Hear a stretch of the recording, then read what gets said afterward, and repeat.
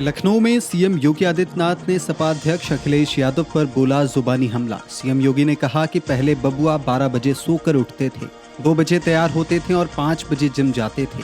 उन्होंने कहा कि 7 बजे महफिल सजती थी तो प्रदेश के लिए समय कहाँ था। सीएम ने कहा कि बबुआ के पास प्रदेश के लिए समय नहीं था, लेकिन आज सरकार के पास प्रदेश के लिए पर्याप्त समय है। लखनऊ में बसपा अध्यक्ष मायावती ने आरक्षण मामले पर पोस्ट कर दिया बड़ा बयान। मायावती ने कहा कि आर्थिक आधार पर आरक्षण की मांग अनुचित है और यह देश हित में नहीं है।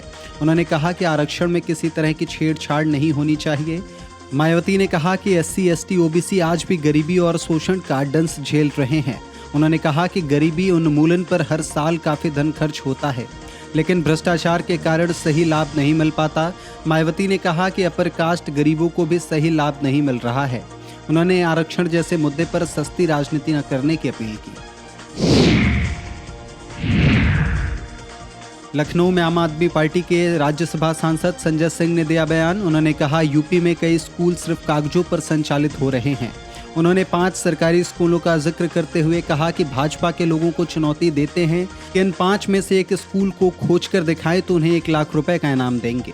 संजय सिंह ने कहा कि जौनपुर में यह 5 प्राथमिक विद्यालय है ही नहीं और इन स्कूलों की बिल्डिंग का पता तक नहीं है। उन्होंने आरोप लगाया कि चंदा चोरी, चीनी चोरी से लेकर अब स्कूल चोरी हो रहे हैं। अयोध्या पहुंचे कांग्रेस प्रदेश अध्यक्ष अजय राय ने हनुमानगढ़ी में किया दर्शन पूजन। अजय राय ने कहा कि उन्होंने अन्याय के खिलाफ कार्रवाई की प्रार्थना की है। उन्होंने कहा कि हनुमान जी गदा उठाएं और चंदा चोरों का फैसला करें। अजय राय ने कहा कि राम मंदिर में CEO नहीं बल्कि धर्माचार्य नियुक्त होना चाहिए। दिल्ली में बीजेपी मुख्यालय में प्रदेश अध्यक्षों की हुई बैठक में बीजेपी के सभी प्रदेश अध्यक्ष हुए शामिल। भाजपा महासचिव स्मृति ईरानी ने बयान देते हुए कहा कि कांग्रेस ने वंदे मातरम का अपमान किया है। उन्होंने कहा कि कांग्रेस को महिला विधेयक का समर्थन करना चाहिए। बैठक में आगामी चुनावों को लेकर मंथन किया गया। दिल्ली में सपा सांसद राजीव राय ने वंदे मातरम पर कहा, जिनका कोई इतिहास नहीं रहा है, आजादी की लड़ाई में और स्वतंत्रता के लिए लड़ने वाली हमारी सेनानियों पर उंगली उठाते हैं। यह एक शर्म की बात है।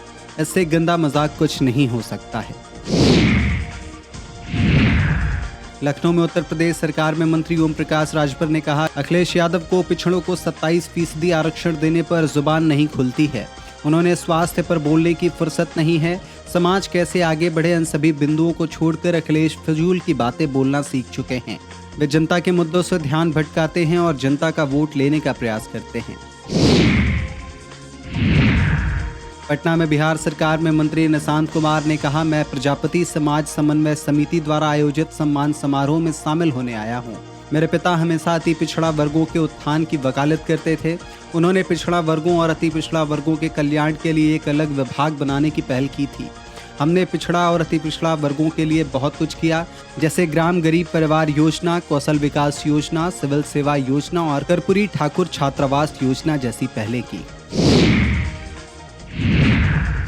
जयपुर में CJP टीम पर हुए हमले के बारे में CJP के राष्ट्रीय प्रवक्ता आशुतोष रांका ने कहा, जिन लोगों ने गुंडागर्दी की और हिंसा भड़काई उन्हें गिरफ्तार करें। हमने जो FIR दर्ज कराई है उस पर कार्रवाई करें। अगर आपको लगता है कि हमने भी गुंडागर्दी की है तो हमें भी गिरफ्तार करें, लेकिन इसके लिए आपको सबूत चाहिए होंगे। हमारे पास सबूत है जो हमने सबके सामने रखे हैं, इसलिए जिन्होंने गुंडागर्दी और हिंसा की उन्हें गिरफ्तार करें। दूसरी बात, हम सरकार से फिर कहते हैं, अपनी प्रतिबद्धताएं दिखाएं और राजस्थान के सभी स्कूलों को ठीक करने पर ध्यान दें। दिल्ली में वंदे मातरम विवाद को लेकर कांग्रेस सांसद इमरान मसूद ने कहा, हम तो 1937 से वंदे मातरम का सम्मान कर रहे हैं और आपने तो अब जाकर वंदे मातरम का सम्मान करना शुरू किया है। हम अपने तरीके से कर रहे हैं और आप अपने तरीके से कीजिए। उन्होंने आगे कहा, क्या शिक्षण संस्थाओं में RSS की दखलंदाजी को बंद करेंगे? आपने शिक्षा के अधिकार को गरीबों से दूर कर दिया है, क्या आप इस पर काम करेंगे? आप प्रशिक्षित बच्चों को रोजगार नहीं दे पा रहे, तो इसमें आपकी क्या पॉलिसी है? महाराष्ट्र के मुख्यमंत्री देवेंद्र फडणवीस ने कहा, इस कार्यक्रम में शामिल हुए महाराष्ट्र के युवा और जेंजी अपनी मर्जी से आए हैं। वे सभी बिना किसी बाहरी दबाव के खुद ही यहाँ पहुँचे। इस कार्यक्रम में कुल 1.25 लाख लोगों ने हिस्सा लिया और 585 झंडा वाहकों की अगुवाई में ड्रम बजाने वाली टीमों ने यहाँ एक नया विश्व रिकॉर्ड बनाया। जहां तक राहुल गांधी की बात है तो उन्होंने मंच से महिला सशक्तिकरण की तो बात की, लेकिन महिलाओं को सशक्त बनाने की दिशा में सबसे क्रांतिकारी कदम महिला आरक्षण विधेयक है। लखनऊ में बीजेपी राज्यसभा सांसद बृजलाल ने कहा, सीएम ने सही निर्देश दिया है कि उन्होंने कहा कि इस प्रदेश में चीनी की कोई कमी नहीं है। भारत सरकार ने अभी कच्ची चीनी विदेश से इंपोर्ट किया है, लेकिन होल्डिंग ना हो इसके लिए कड़े निर्देश दिए गए हैं। प्रदेश में चीनी की कोई कमी नहीं होगी, त्योहारों में कोई कमी नहीं होगी। पटना में वंदे मातरम विवाद को लेकर जेडीयू नेता राजीव रंजन ने कहा, आज कांग्रेस को वंदे मातरम से ऐतराज है और यह समझ से परे है। वे अपनी आपत्तियां दर्ज करा सकते हैं। संसद सत्र के दौरान वो क्यों बाइकआउट कर रहे हैं? वे इस महत्वपूर्ण मुद्दे पर अपना मत रख सकते हैं और अब यह देश का कानून बन गया है। दिल्ली में स्पेस स्टार्टअप के सीईओ और फाउंडर के साथ बातचीत के दौरान प्रधानमंत्री नरेंद्र मोदी ने कहा, मेरा मानना है कि हमें ऐसा माहौल बनाना चाहिए जिससे दुनिया भर के लोगों को लगे कि अगर वे इस क्षेत्र में अपना कैरियर बनाना चाहते हैं तो उन्हें भारत आना चाहिए। किसी भारतीय स्टार्टअप या भारतीय स्पेस एजेंसी से जुड़ना चाहिए। मुझे पूरा भरोसा है कि हम इस पूरे टैलेंट पूल को चुंबक की तरह अपनी ओर खींच सकते हैं और यह हमारे लिए एक बड़ी ताकत बन सकती है।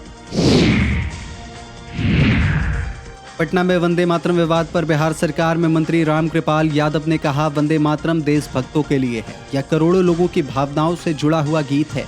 कांग्रेस पार्टी ने 2 स्टैंजा गाकर वंदे मातरम को समाप्त करके उसका अपमान किया है।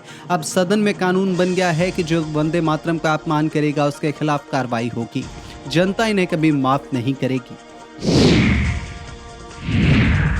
लखनऊ में खेले जा रहे यूपी T20 लीग 2026 में आज 2 पालियों में होगा रोमांचक मुकाबला। पहली पारी का मैच दोपहर में काशी रुद्र और लखनऊ फॉल्कन्स के बीच खेला जाएगा। वहीं दूसरी पारी शाम नोएडा किंग्स और गोरखपुर लॉयंस के बीच मुकाबला इकोना स्टेडियम में खेला जाएगा।